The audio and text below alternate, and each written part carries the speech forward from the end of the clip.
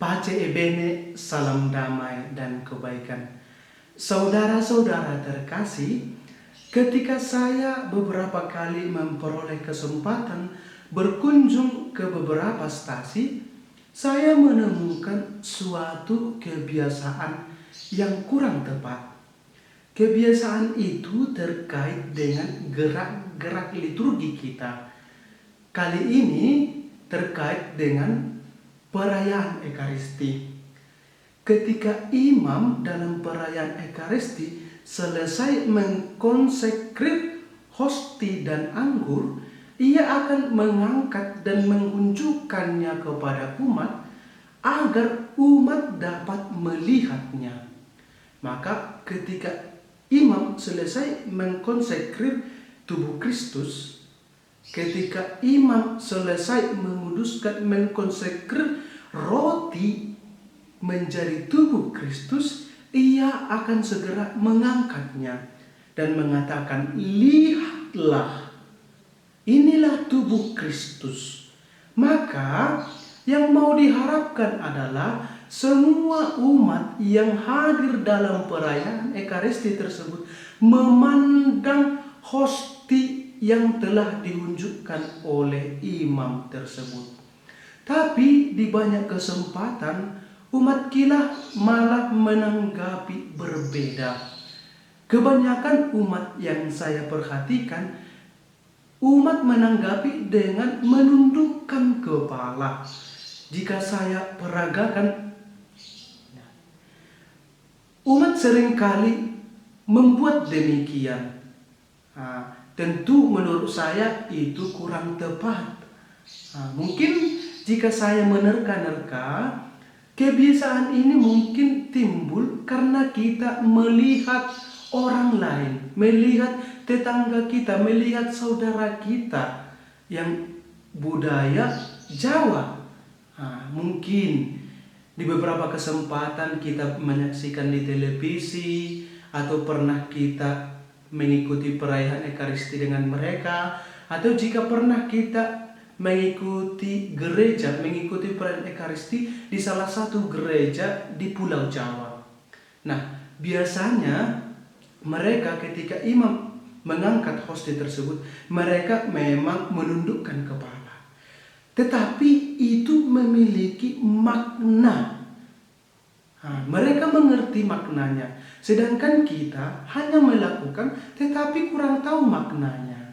Artinya kita hanya sekedar ikut karena begitu yang mereka lakukan mungkin menurut kita adalah baik, maka kita laksanakan, maka kita lakukan begitu. Tapi sebenarnya kita tidak tahu apa sih maknanya, mengapa sampai mereka berbuat demikian.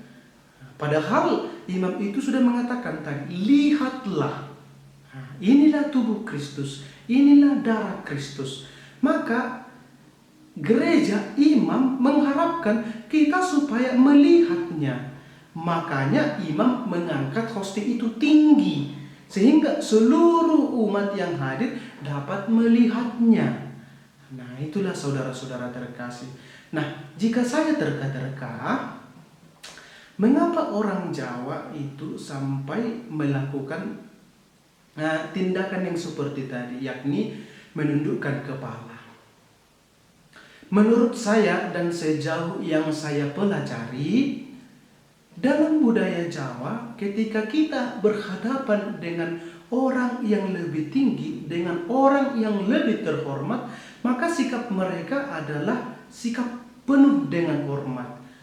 Sikap penuh hormat itu salah satunya ditunjukkan dengan membungkuk, dengan merendahkan kepala. Itu merupakan tanda sopan santun. Jika mereka berhadapan dengan orang yang lebih terhormat, biasanya mereka tidak berani memandang matanya, tidak berani berkontak langsung. Nah, itulah mungkin kiranya yang melatar belakangi mereka, sehingga mereka sampai menundukkan kepalanya ketika imam mengangkat hosti tersebut. Karena mereka percaya dan kita percaya bahwa hosti yang diangkat oleh imam dan anggur yang diangkat oleh imam itu merupakan tubuh dan darah Kristus itu adalah sesuatu yang sakral dan kudus, sehingga sikap kita pun harus menunjukkan bahwa yang di depan kita itu memang sungguh kudus. Itulah alasan mengapa mereka sampai menundukkan kepala. Nah, bagi kita, terlebih bagi kita konteks Sumatera Utara, budaya Batak Toba, menurut saya budaya ini, kebiasaan ini tidak kita miliki. Tidak kita miliki, maka kita hanya sekedar ikut-ikut saja. Maka saudara-saudara terkasih, melalui katekese ini saya berharap bahwa ketika kita mengikuti perayaan Ekaristi sekali lagi, marilah kita sungguh melihatnya. Marilah kita menatap hosti tubuh Kristus yang memang diangkat imam tersebut. Marilah kita melihatnya, jangan lagi kita tunduk.